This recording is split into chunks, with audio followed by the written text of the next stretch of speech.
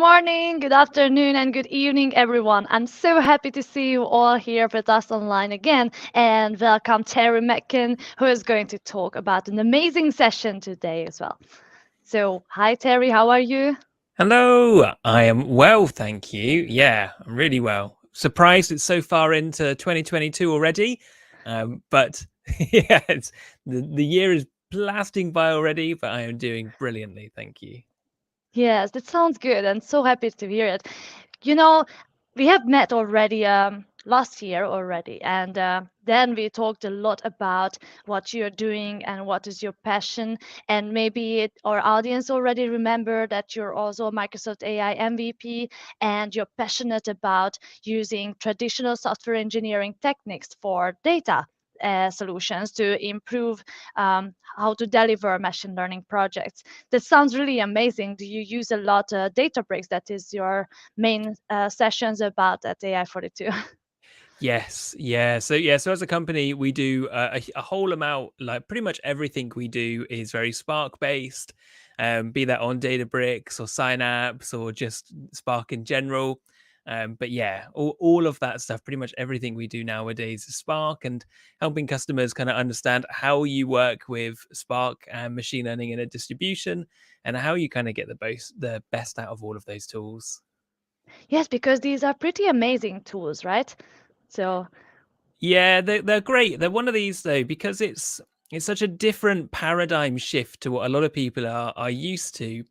If you just take them at their face value, it can look very easy, but you can really quickly get into nasty performance problems that you just wouldn't be aware of because things under the hood are just so different to when you're working on a single machine compared to a distribution. So there's all like a whole new set of challenges to tackle, really. yes, and it really sounds amazing, and I can't wait to hear what you're coming up with today. Good Before we stuff. go forward, I would like to tell a few words about what is AI42, and then we will come back to you so you can tell more about how Spark is making our life easier. Good stuff.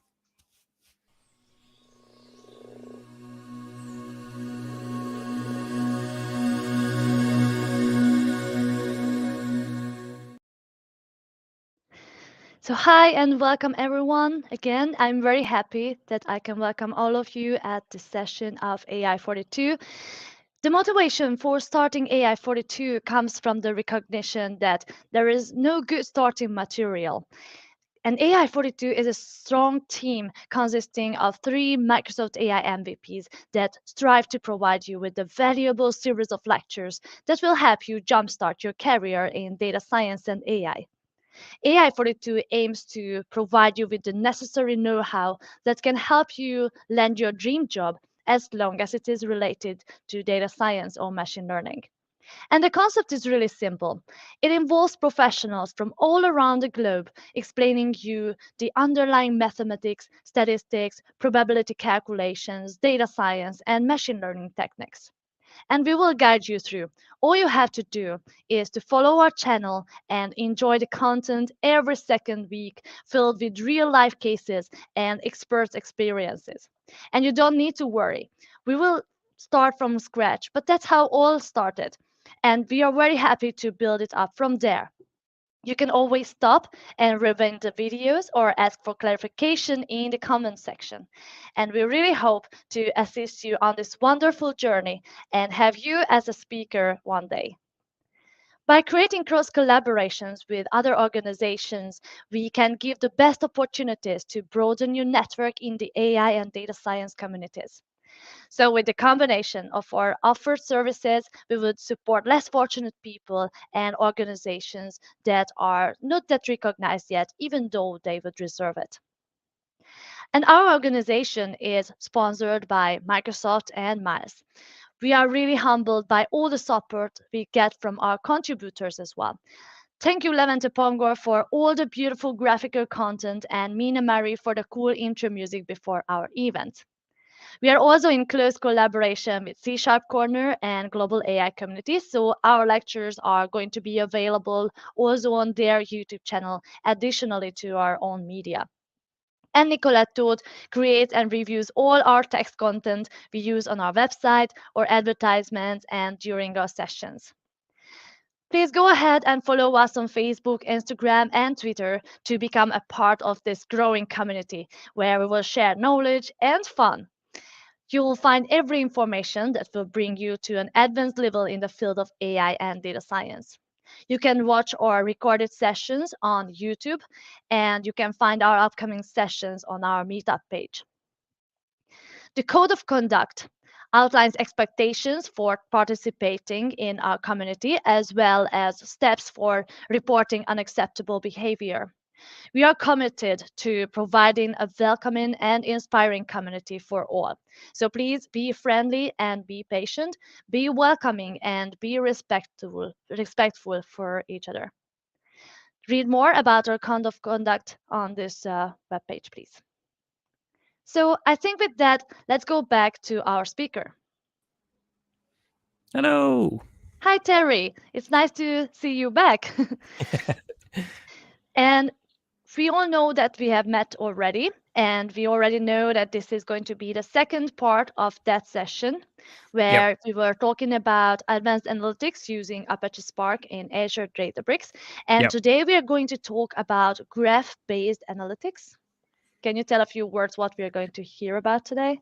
Yeah, absolutely. So last time I was on, we were looking at how Spark and how Databricks kind of implement a variety of different ways of you doing advanced analytics, and we focus more on machine learning. This time around, what we're going to look at is how you can execute graph-based processing.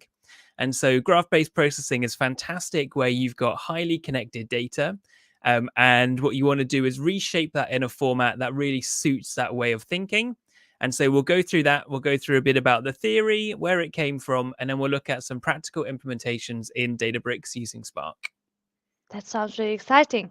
And before I give you the microphone over, I would like to mention to the audience that please feel free to ask your questions in the chat so we can raise these questions in the end of the session so Terry can answer them. And I think with that, we are ready to go. Terry, the stage is yours. Good luck. Thank you very much. Okay, fantastic. Well, good morning, good afternoon, good evening to everybody watching at home and across the world. So, as mentioned, right, what we're going to do today is look at graph-based processing in Apache Spark.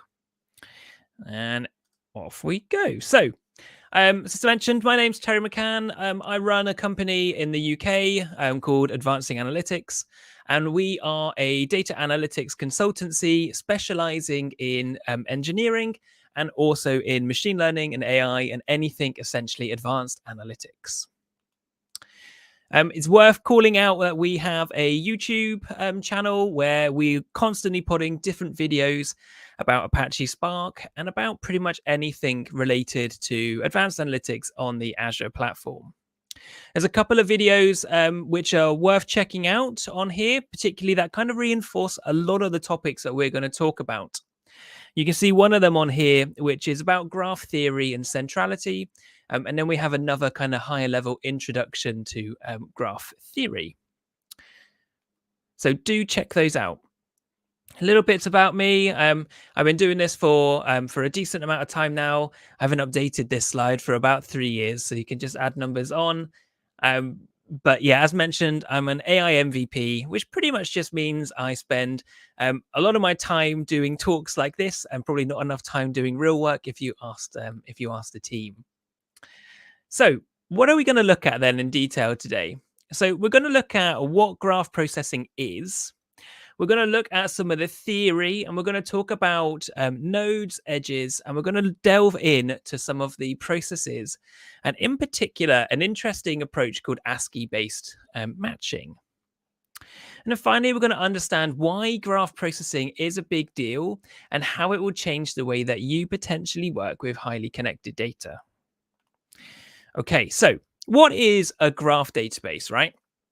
You might be thinking that we're here to talk about stuff like this, right? We're looking at graphs, and that's not quite why we are here. You can visualize what we're going to talk about in a graph. However, what we're looking at is a process called graph-based processing, or property graphs, which end up looking something a bit more like this. We are looking at how we reshape data into a slightly different format so that the connections between it are inherently known and implied in the structure. They are explicitly programmed as part of our structure. And we'll have a look at what that means in a load of detail. Now, with anything, and I think particularly for this channel, it works well to talk a little bit about the history of graph-based processing and where it came from, and kind of how we've arrived at the plethora of different options that you have. So it all kind of starts here. It starts in a place called Königsberg. Now, if you've done an undergraduate in maths or physics, you will undoubtedly be aware of the Königsberg bridge problem. And the Königsberg bridge problem is just this, right? There was back in, I think it was the 1400s. Back in the 1400s, there was a mayor of Königsberg. And Königsberg, as you can kind of see in this picture, is you've got a kind of North Bank and South Bank, and you've got two islands in the middle. And what the mayor was, as well as being the mayor, he was a kind of keen mathematician. And he knew that what he wanted to do was he wanted to try to cross each of the 7 bridges, only crossing each one once. Now, he kind of was like struggling with this and trying to work out how he could solve it. And I wanted to take a moment and give you an opportunity to try and solve it yourself, right? So how can you go through crossing all of these different bridges only once to make it across each one, right? Could you kind of start, down on the bottom and hop over here and cross back over and loop back around, right? What are the options that you have? I'm not sure if you've got my awful music in the background. But who solved it? Anybody put in the comments if you solved it? I'm seeing no comments. And that's largely because this problem has no solution, okay? There is no way that you can start and cross each one of these land masses, only crossing each bridge once. And now, the mayor knew that he couldn't do this, but he wanted to know why. Why is it that I can't actually do this? What is the mathematical proof behind this, which indicates why I can't cross each one of these bridges only once, right?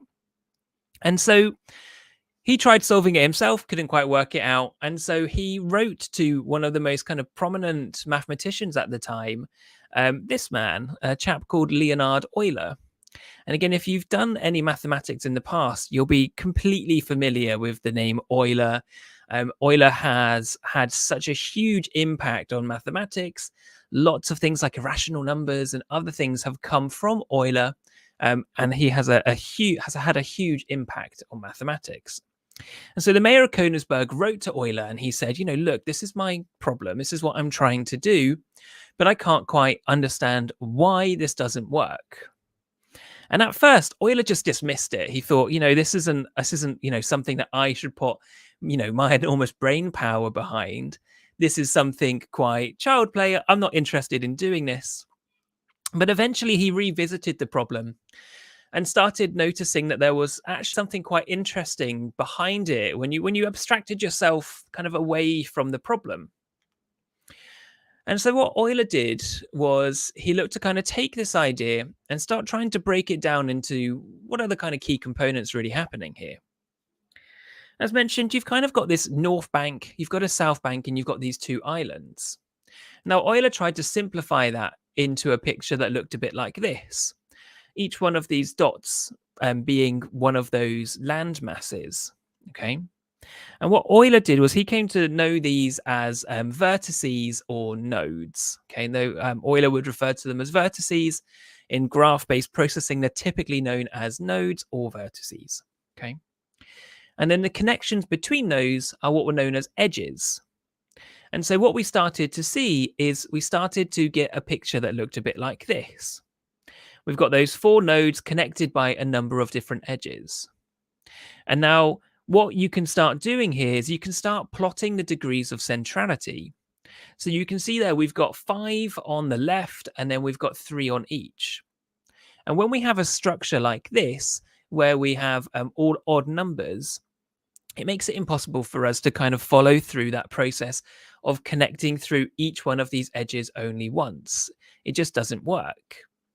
You need to be able to do something to change that structure to make it so that you could do that. And so, as Euler started coming up with these, he started coming up with a number of laws around what happened. And this fundamentally became what is known as graph theory. Now, the Königsberg Bridge problem was actually solved, but in a more unfortunate way. During, I think it was World War One or World War Two, Königsberg was actually bombed, and a number of the bridges were destroyed, solving the Königsberg Bridge problem, just not quite in the way that anyone had quite intended it to be solved at the time. So, as mentioned, a lot of this really underpins what became known as graph theory and is, a subset of mathematics, which has lots of interesting applications. And so, graph theory is kind of where we're starting. And once we've got the understanding of here, we're going to look at how this actually gets applied to our data so that we can start doing interesting things where we've got highly connected relationships. So, we've learned a little bit about our graph theory. Now, the core things to kind of take away from this are these two things, okay? We've got nodes or vertices, okay? And those are an entity in our graph. Then connecting those are our edges, okay? And an edge is that kind of relationship. So, moving on from what is a graph database, we can give it a more formal definition, right? The more formal definition is this. So in computing, a graph database is a database that uses structures for semantic queries with nodes, edges, and properties to represent the store of data. Now, we've touched on nodes and we've touched on edges. We haven't mentioned much about properties, but I have mentioned a couple of times property graph. And in a graph-based database, the properties are really important. It's properties that give our graph and give the relationships between nodes and edges importance. It's one thing to know that two things are connected, but it's another to know that they're connected and the strength of the relationship is significant compared to something that is weak. Okay, so the properties really offer the value and I guess you could say the context around that relationship. So graph databases by design allow for simple and fast retrieval of complex hierarchical structures that are difficult to model in a relational system. Now that last point is really key, right? What we're saying here is this stuff is difficult to model in a relational database. Now, the worst thing that you can always say to a kind of room of database professionals is, that can't be done in a relational database. Okay, because what you end up doing is I always lose the audience because everyone kind of sits there like, well, actually, I could probably do that. I could do like some recursive CTE. I could do a cursor. Actually, if I programmed it like this, I could get to what you're saying. And so what I would say is what we're saying is it's not that it can't be done in a relational database, but it's whether or not you should do it in a relational database or whether or not you should actually use a tool that was designed to solve that particular problem, okay? And that's what graph databases are there for. So what's the problem with relational databases, right? So let's take an example like this, okay? What we've got is a movie database, and I've got people and I've got movies. And now a person could be an actor or a person could be the director. And where we have this, rather than creating lots of individual tables of actors and of directors and of financiers and producers and whoever else is involved in the production of that film, we typically create a person table and we create a movie table. And then we create these, the top bits of actor and director, which are known as relation for relationships. Okay, we create a many to many table that connects people and movie, but gives each join an additional attribute to say, well, they're connected because this person's also a director or an actor or something else, right?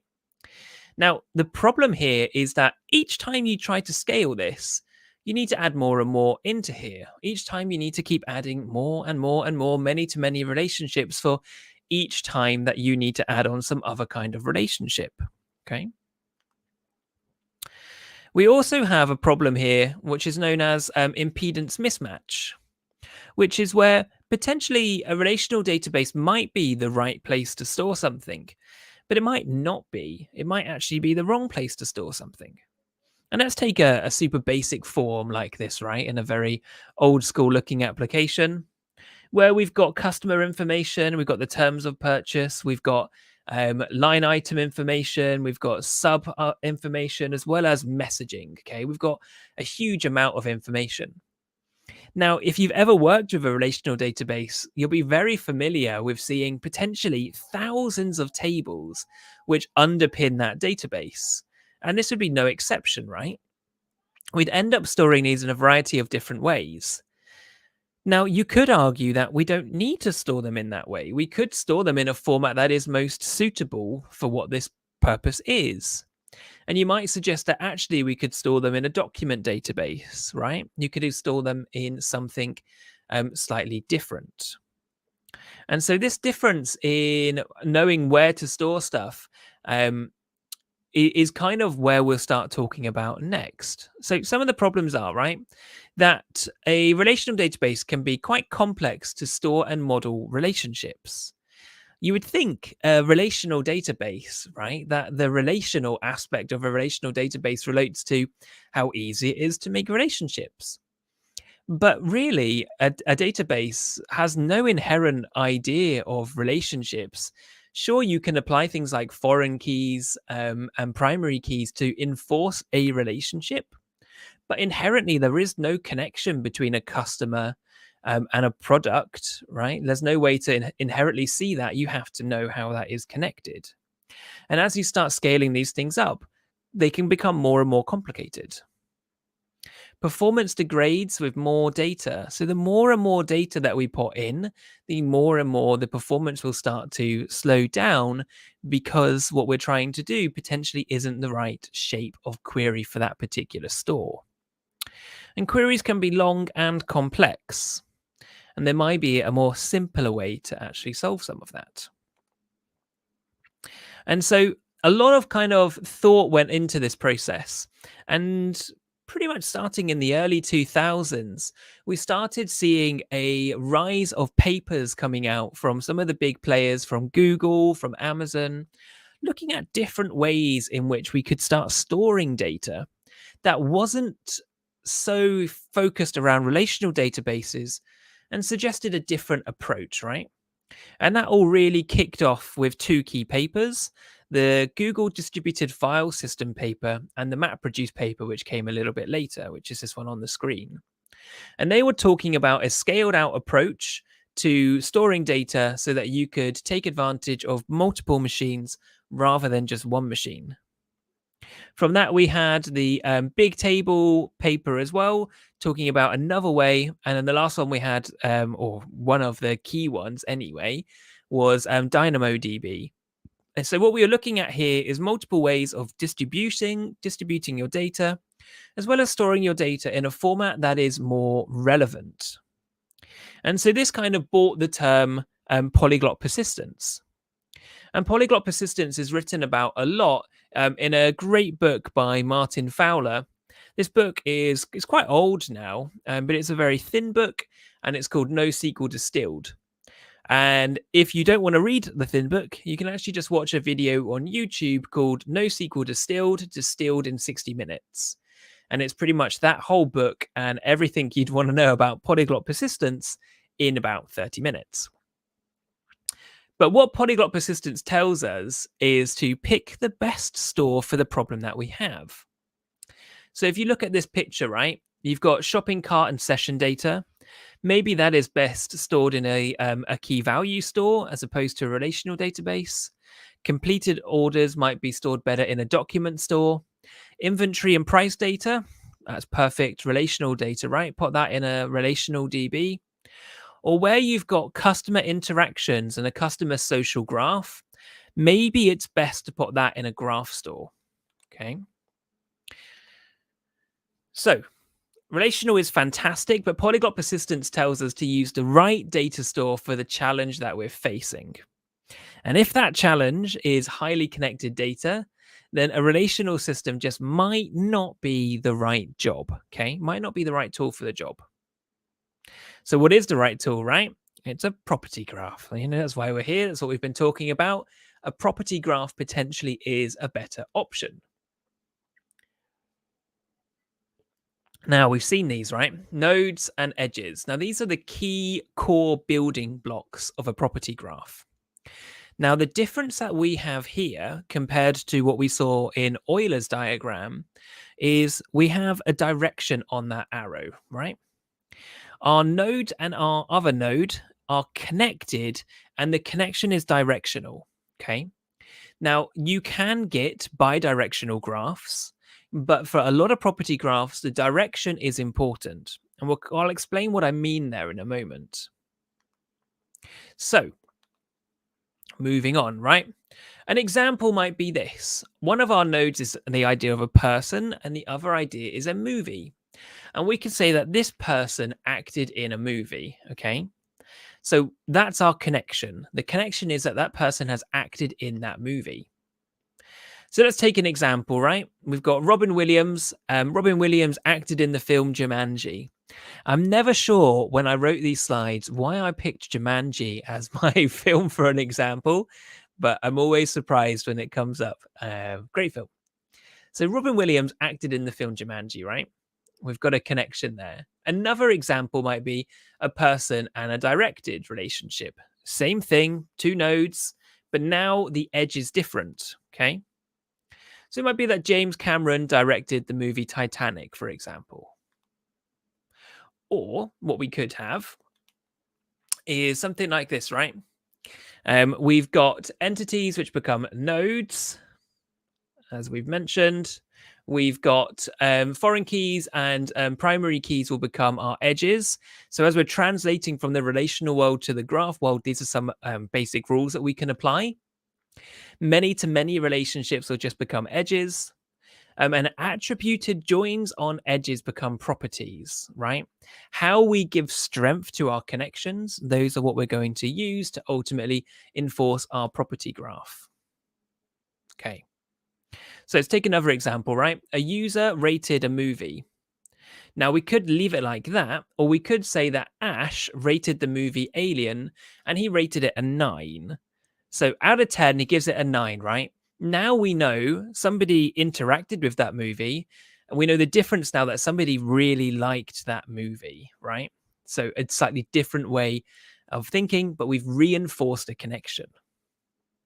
Now, if we take this example, right, that we saw before, we've got person and we've got movie, they will become our nodes. And then we've got our actor and our director here. So we could take something like Ben Affleck, right? Ben Affleck and the movie Argo. We can say that, Ben Affleck directed the film Argo and also starred in it. And that he was also a star in the film Batman versus Superman, right? And so now we're able to see the kind of bare bones of what a property graph might look like. Okay, so what about some uses? Where are the actual use cases in structuring our data in this way? So there are 3 main query types that you will do. You will do something known as a shortest path, where you will look to say, how many hops does it take me to get from A to B? Now, if you're on LinkedIn, LinkedIn doesn't do this quite like it used to. But what LinkedIn used to do is you would kind of see yourself and you'd look at your connections and it would suggest you new connections. And what it would do is it would do that by looking at you. And then the back end of LinkedIn would go into a property graph and it would step out in your first connections. Okay. And it'd look at all your first connections. And then it would say, okay, well, going a further step out, who are your first connections connected to that you're not connected to? And then also try to give those some weight. And so each time you kind of just scrolled and scrolled on LinkedIn, it would just keep suggesting you page after page after page after page. And that's because what it was doing is it was just stepping that bit further and further out in your property graph, right? And suggesting you more and more people. So with the shortest path, you might say, well, what is the journey it takes to get from me to somebody watching this if we're not connected on LinkedIn already, right? How many different people would we have to be referred to potentially before we would meet? Okay. Another example might be transitive closure, which is the example we were talking about, right? Show me everybody one hop away, 2 hops away, 3, 4, 5, 6, right? Going deeper and deeper and deeper. And you imagine each time you go one layer out. So if I go from the person from me to the people that I know, that might be 100 people. And then each one of them may also know 100 people, right? So we go much bigger. And each one of those now know each other. And our graph just gets so much bigger each step that we take. And then the last one is called polymorphism, and that is looking to find any node which is connected to another. Okay, how we can do that. Are 2 nodes connected? I don't care how they're connected. I don't want the shortest path. I just want to know, is there a physical connection between these 2 things? And taking these 3 examples, you can come up with some interesting use cases. So interesting use case number 1 is a social graph. Now, if you cast your mind back to when your smartphone wasn't so smart, what you typically used to do is you would have a normal phone and you'd be on a particular provider, such as, I don't know, EE or Orange or whatever they used to be called, and you would have a plan with them. And on that plan, you might nominate 10 phone numbers that you got reduced phone calls for. And so if you made a call to that person, it was, half the price or something. And what you would find is that through those connections, as you could see, that you would find what's known as a kind of queen bee. And there would be somebody who was central to so many of these different connections that if that person left your network and went to a competitor, what you would see is you would slowly see all of those other people moving away to continue to get their cheap calls of that person. And so when you find those queen bees, they're the people that you want to keep. They're the people you want to market to and offer the best incentives for them to stay on your network. The same happens in social networks. The same happens in particular, selling scenarios, recommendations. The stuff just, appears in multiple different ways. Another one is fraud detection. Out of interest, if everybody can just pop into the chat if you commit fraud or not, that'd be great. Just wait. Not seeing anybody yet. Okay, right. Fraud's quite difficult to detect. And there are many different ways in which you can detect fraud. One of those, and a really interesting way, is with graph-based processing. So fraud rings will typically create like a common process is people will create people, kind of, right? So let's say you're applying for a bank overdraft. You open a bank account and you want to apply for an overdraft. Now, to create something that looks like a real person, I might take someone's social security number, someone's home address, someone's records in another way, their phone number, and I'll use them all to construct what looks like a real person. I'll open an account and I'll make check-ins. I'll look like a good, customer. And then eventually I'll shut down the account and I'll take all of the overdraft and I'll disappear. Right. And it's almost impossible for banks to recover that lost money. But what if we were able to say that we have seen a fraudulent transaction come up on a credit card? And then we track that credit card and find out that that credit card is actually associated to these 2 people. But actually, the social security number on those 2 people is also associated to these 10 people. And we start, kind of pulling those threads to find out where else, this kind of web of fake people is. And we can use that to potentially stop fraud. Recommendations. Recommendations are another great use for graph-based processing. Recommendations typically work using a process known as triadic closure. I always think it sounds incredibly grand, triadic closure. But all triadic closure means is basically making triangles. It's like you bought this book, somebody else bought this book. Do you two know each other? And you would kind of make that, or you're friends with Bob and Bob is friends with Sally. Are you also friends with Sally? Oh, well, yeah. Okay, we'll just make a triangle. Okay, that's what triadic closure is, suggesting where to close the triangles. Okay. Last one is network IT, an interesting one as well. Maybe you've got all of your services load balance behind Cloudflare or one of these kind of services. What happens if you lose one of the load balance Cloudflare servers? What does it do? How do we check the knock-on effect? Graph-based processing is a great option for it. Okay. So we've seen some of the high-level options. We've seen some of the scenarios that it can solve. Now let's talk a little bit about graph frames, and then let's dig in and have a look at a couple of examples, right? So graph frames are a way of doing property graphs built on top of Apache Spark. You can think of graph engines in a couple of different ways. You have persisted graph databases like TigerGraph, Neo4j, a load of different vendor tools that are out there. And then you have analytical graphs. These are graphs that are not persisted, that you reshape your data at runtime so you can query them in a particular way. And then either you choose to persist that graph or trash it at that time and then reload it. Okay. With Apache Spark, we have a more analytical graph way of working. So you don't get all the things you would with Neo4j, such as transactional consistency and these sorts of things, right? Now, this is built on top of Apache Spark. And one thing that we went through last time is we said Spark is like this core framework and it's got all these extensions. One of those extensions is Graph. Good thing to kind of remember is that we also have anything we're doing in Spark is very much related to a distribution. So when we're looking at processing our graph here, we're looking at processing at scale using a distributed way of working, okay? And now the other core bit to remember as well is lots of core things to remember, everyone. This stuff, anything with distributions is like so many things to be aware of.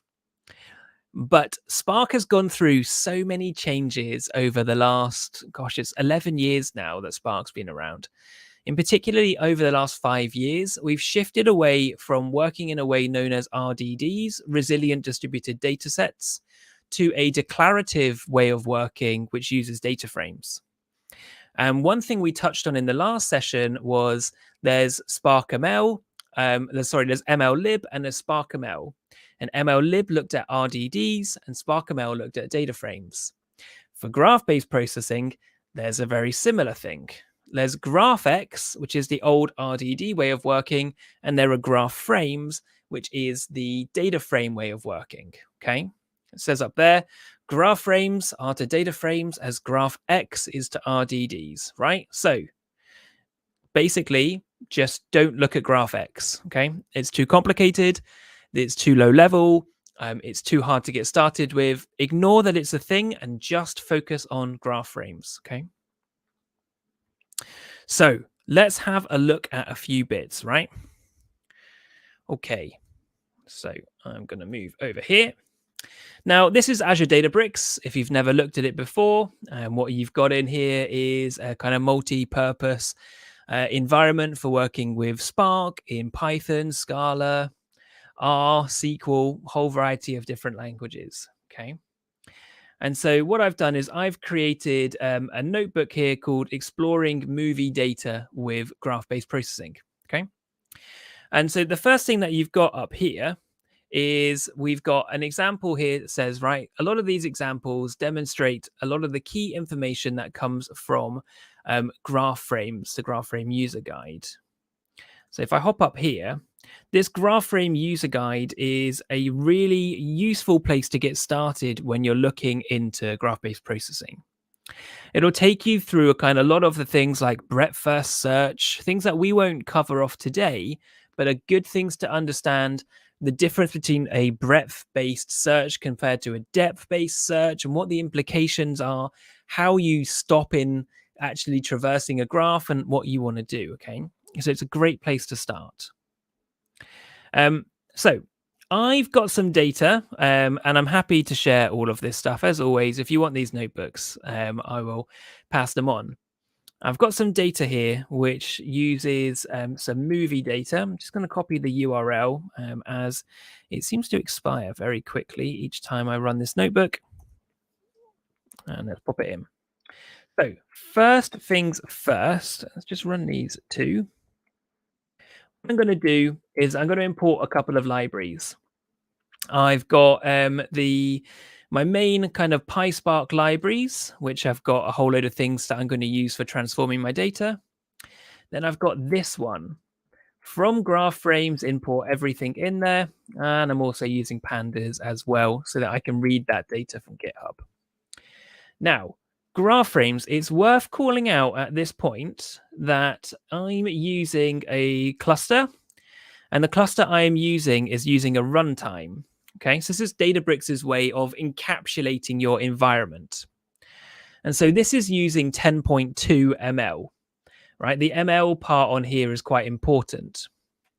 If we hop over to the docs around what is included in 10.2 for ML, what you'll see if we scroll down is it will tell you about all of the packages that it supports.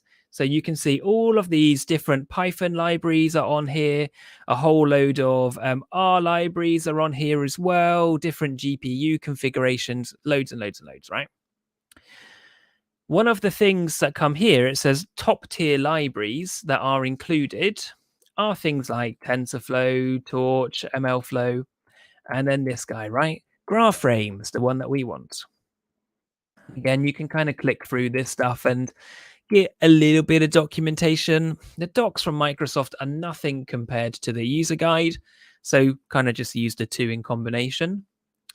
But you don't need to install anything pretty much to get this to work, right? It's just part of the runtime, and it's just using the latest version, okay?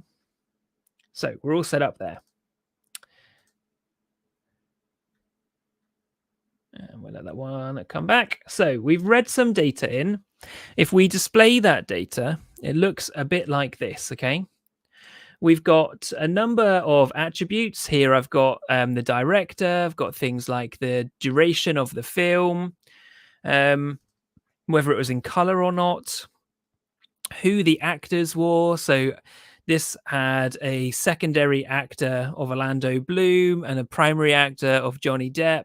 It was action fantasy. If you didn't see it already, I can imagine it's Pirates of the Caribbean. It's made by Gore Verbinski. It's definitely Pirates of the Caribbean. Somewhere in there. We can see some of the plot keywords. Goddess, marriage ceremony. I've gone to the wrong one. I don't know. But you can see a whole load of interesting bits and pieces that are coming out the back of that. So this is data we're working with. And we might want to ask some interesting things around, who are the most important actors that we have? How do we traverse between one actor to another by going through the films that they've had co-stars in? How do we look at which films we might want to recommend to someone based on the strength of films that they've seen before? We can start building out some of the ways of working using this data. So I'm going to use a combination of techniques in Databricks. I'm going to start off by using Hive. Now, Hive is a kind of abstraction database that is built into Databricks. Hive, which comes from the Hadoop way of working, and it gives us the ability to wrap a kind of metadata layer over an external table. And all that means is the data that I'm saving each time is written down to some disk somewhere, and I'm just putting a kind of database over the top, right? It's not quite a database, but it's close enough to it. And so I've got this table here called movies data. And then I'm going to just save that. So I'm saving that back down to disk. And by default in 10.2, that is going to save in a Delta format, and it's going to save it down into the Databricks file system, which is actually just a blob storage account. And it's just saving it there for now. Then I'm going to create a series of tables for genre, movie, actor, director. These are going to become my nodes. And I'm using this to kind of stage my data. And then I'm going to create a couple of additional tables here for acted in, for directed, so that I can start building out the relationships between these two kind of nodes, right? I'm going to create a load of queries here to populate that. So essentially just shred that data down and put it into the format that I want. A lot of this stuff we won't go through in too much detail, but I recommend you go and just have a look, step through it. One thing you'll see is I've decided to do most of these queries in Spark SQL. It just works, right? You could do it in Python, you could do it in Scala, whatever you are most comfortable with, just do it in that language, okay? So here we populate movies. So we just clean up the movie title and we create a movie ID. Now, the movie ID that I've used isn't part of the data. I've used something called a monotomically increasing ID. Now, if you think about if you've got a database, right, and you add an identity column to it, each row you insert will have an incrementing number. So you'll have for your first row 1, 2, 3, or whatever you set it to. When you're working in a distribution, let's say you've got 4 different machines, it's very difficult to have a constantly incrementing number because your data may exist on any one of those 4 machines. So the way that Spark and most of big data has implemented the idea of having an incrementing ID is to have this idea of a monotomically increasing ID where we kind of just we bucket up groups of numbers for each one of your nodes, and we use those. So if you look at the IDs that get generated, we'll have some which are like 1 to 100, and then you have another one which is 800,000 to something, right? Because it's just kind of bucketed up what it thinks is a sensible amount of IDs that we could use. We create a genre table doing some funky stuff inside Spark, which does splits and explodes, which is how you split something and then put it over lots of rows. Lots of fun stuff. We create a table for directors, and we've got just shy of 2,400 directors. We do the same for actors. So actors is a bit more awkward because there's your primary, secondary, and third actor as well. And so we've got 6,000 actors. And then what we want to do is we want to start creating our first edge. And our first edge is to go from person to movie. So we want to see here, I've got this one here, actor 1. Actor 1 acted in movie 181. And then you see the jump, right? This is that monotomically increasing ID. We've gone from 181 to 1719, right? A much bigger number. And if you scan, you'll see small number, big number, small number, big number. That's all just because of the cluster. But this person, movie actor 1, appeared in 1, 2, 3, 4, 5, 6, 7 films, okay? And those are the films that they appeared in. So this is our edge. And then what we're going to do here is we're going to create our acted in. So I'm going to repeat this step here. This step kind of works this is actor 3. I want a union where they're the primary actor, the secondary actor, or the third actor. So if you are the lead in one film and a support in another, we want to just count that as you were in that film. We don't really care what position you held in that film.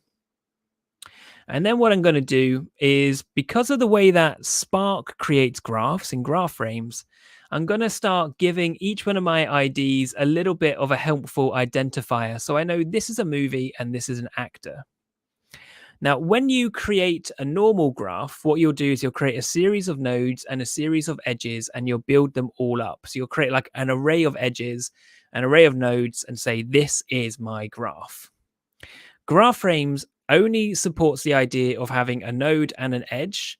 And there are different types of edges and there are different nodes, but the way you build them all, they all have to be one construct, which is a really annoying way of working. And other implementations implement it much better. Neo4j, Tiger Graph, even Network X, a Python library, implement this much better. But if you've got Spark and you've got graph frames, you may as well use them. Okay.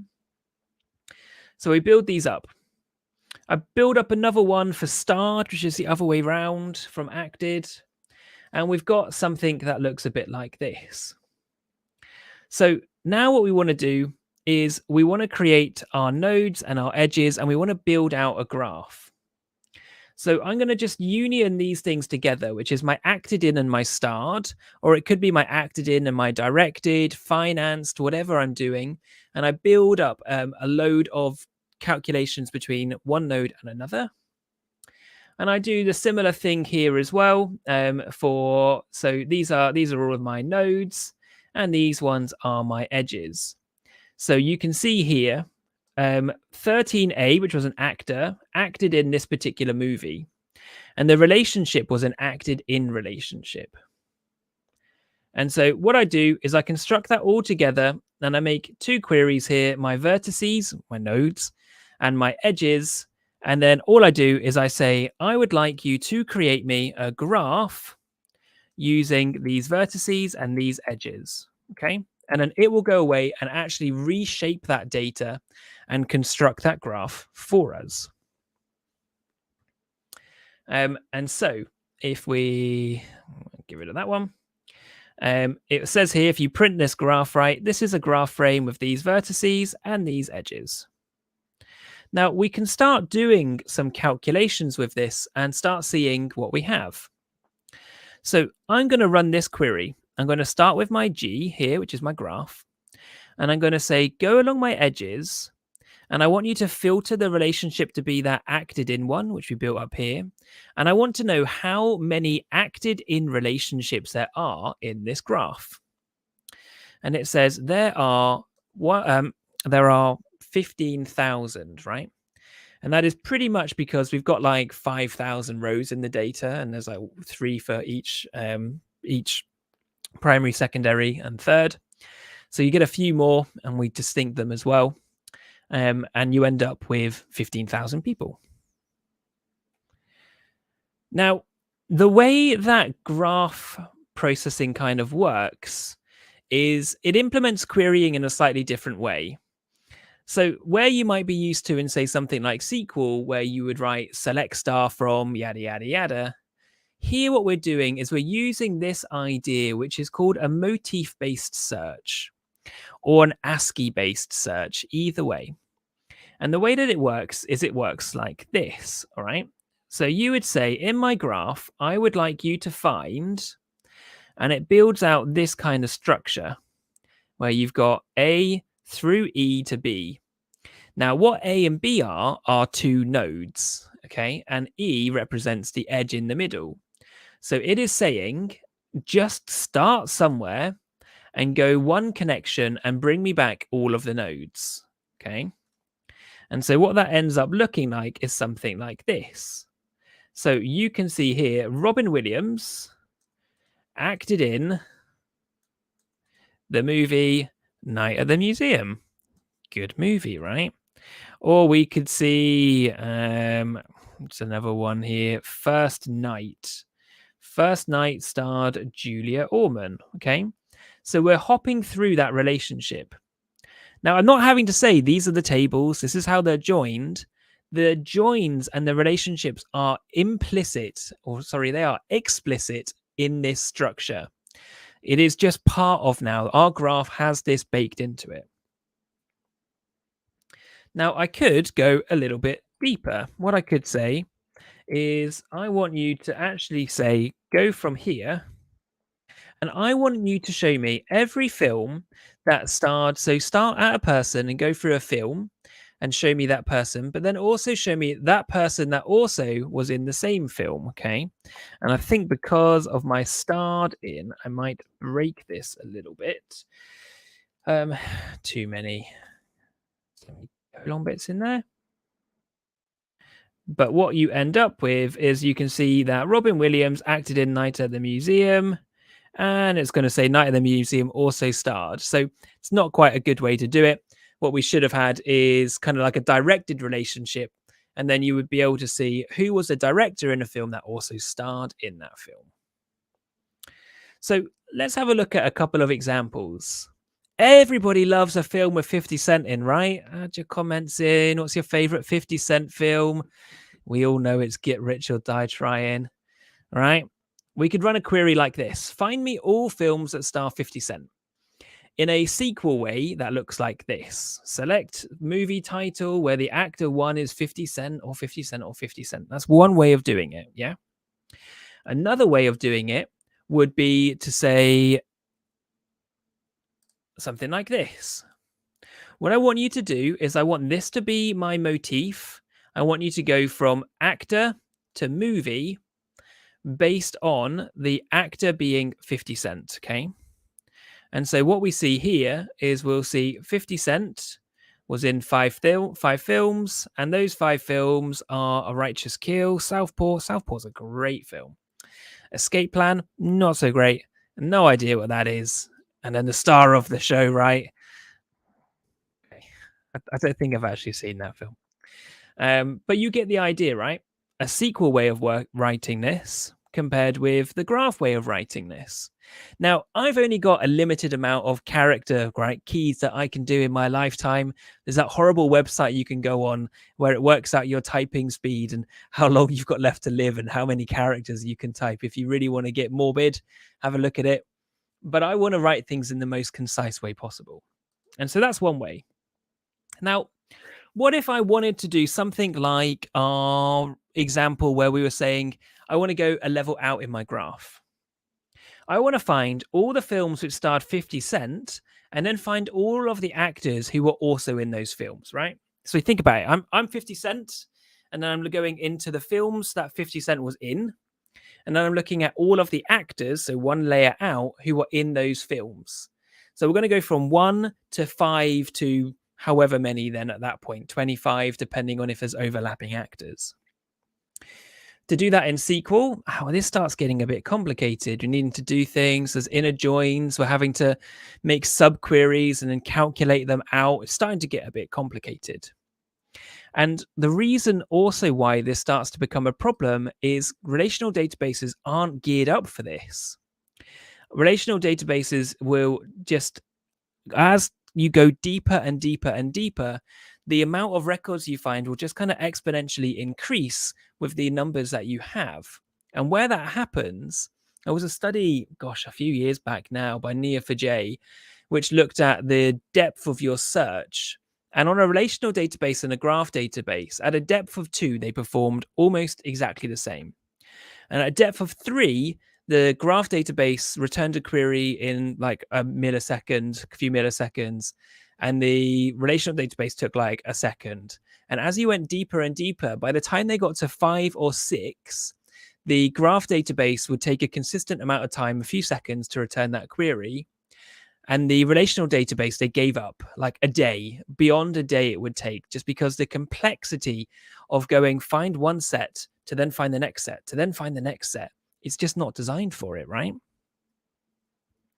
So if we want to do that here, we could say, I want to start with actor 1 to movie, and then I go movie to actors, but I'm only interested in 50 Cent, and I'm not interested in finding 50 Cent back, right? I'm not interested in the movies that also had 50 Cent in them. And we can see that we had 10 records up here, and we had 10 records down here. Hey, I'm going to go deeper again, right? Now I want to find all the movies that they were in. And so all I need to do is keep just like constructing these ways of working, and I get the same thing back again. I've not tried to do that in SQL because it would be a huge query and it'd be really annoying to write. But here, it's just an additional little property. And now I can see 166 films that were the films that, every film that Jake Gyllenhaal was in, Billy Duke, Al Pacino, Bruce Willis, etc., right? All of these people were then in these films. We can go deeper, right? You get the idea. Now we're up to 281. And now if this was like a social network and we were looking at people's friends and not something that required massive multi-million pound, movies to be produced, these numbers would get like large really, really quickly.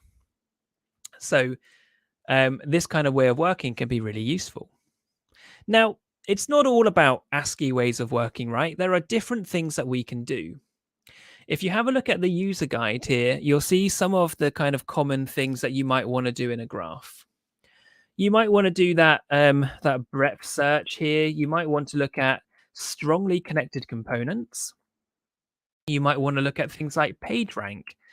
PageRank being from the internet, looking at which connections in your graph are the most important, and that could be this person was in the most amount of movies, this person starred in the most things, this person also directed lots. Like, who are the key players, who are our queen bees, essentially, right? You might want to find the shortest path. You might want to find triangles to do our triadic closure, okay, plus a whole load of other bits and pieces. So let's look at PageRank. What we can do is we can just say G PageRank, and then set some probabilities and tolerances, which you can read about in the on that guide. And what that will do is it will produce this. So it will give you this back, and it will show you for every actor what is their PageRank. So for somebody here like Ashley Scott, they have a lower PageRank than Udo Kier. And if we order by PageRank, there you go, what you'll start seeing, unsurprisingly, are very popular actors, right? Old Bobby Nero appears in lots. Johnny Depp does. If you look also at who appeared in the most films, it's one of these two. If you look at the highest grossing films and you sum them up, it's one of these two. Already, just by looking at this, looking at something very basic, we're able to start seeing interesting things appear. So PageRank could be used for finding, those customers who are really important to you through those connections, or those products that particularly sell well or that everybody owns that you might just make, well, they're easy recommendations to push onto someone else. Shortest path. We could say, what is the shortest path between this actor and this movie, which I think was Joseph Gordon-Levitt and Blade Runner were the two that I selected. And what you'll see here is a picture that's not the easiest to understand, but what it is it's showing you every possible combination to go between those two. And where you've got something very highly connected, you can end up with lots. And so this is where you end up with breadth-based searching and depth-based searching, which will optimize what's the quickest way. Do you want to look at everything, or do you want to just find whichever one is going to return you the fastest? Okay. And then we might say, I want to look at the shortest path between two things. That's what we just looked at. And the last one being triadic closure. I want to find how many triangles there are. And apparently there are no triangles in my data, which I do not believe. So I think that's probably something that I've done wrong. But there are a couple of examples of different things that you might want to do using that kind of graph-based structure. So going back to slides to finish us off. And I think I'm just about on time. So what I would say to finish off right is Apache Spark is great for many analytical tasks. And where you've got highly connected data, Spark can be a really good option for giving you that analytical graph there, or graph, if I wrote it correctly.